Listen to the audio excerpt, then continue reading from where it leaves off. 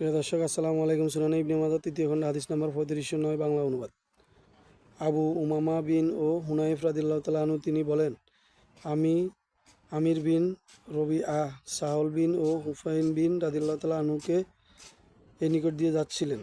তিনি তখনও গোসল করছিলেন। আমির রাদিয়াল্লাহু তাআলা আনহু বললেন, আমি এই ও খুব সুরত এবং সুপুরুষ দেখিনি, এমন পদ্মাশীল ও নারীকেও এমন সুন্দর রূপে দেখিনি যেমন আজ দেখলাম। অতঃপর কিছুক্ষণের মধ্যে সাল রাদিয়াল্লাহু তাআলা আনহু বেহুশ হয়ে পড়ে গেলেন।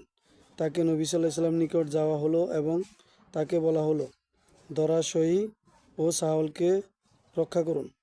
তিনি জিজ্ঞেস করলেন, তোমরা ও কাকে অভিযুক্ত করছো? তারা বলল, আমির বিন রাবিয়াকে।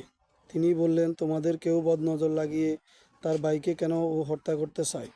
তোমরা কেউ তার ও ভাইয়ের মুগ্ধকর কিছু দেখলে যেন তার ও বরকতের জন্য দোয়া করে। অতঃপর তা ও পানি নিয়ে ডাকলেন।